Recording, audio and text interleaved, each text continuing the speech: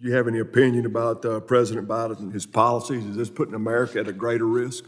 I think statistically it's undeniable. If you have 50,000 additional people and you have no confirmation of their background, their criminal records, their past affiliation or present affiliation with the government or any of its entities, I think it's almost certain that a proportion, probably very small, but a proportion of them are coming here with the intent to, at some point, do some harm.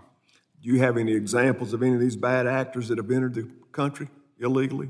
Well, one recent example that struck me was in March of this year in 29 Palms in California, there was a Chinese man who I think had crossed the border illegally and been released, who attempted to get onto the military base. And at the time, the local headlines, the local press said he was confused and he said he was lost, he didn't know where he was going. And I wrote at the time in an op-ed that, geez, if you were going to try to scope out a base and try to get some basic intel and figure out what the security procedures were at U.S. military bases, what better way than to send some, excuse me, but a doofus.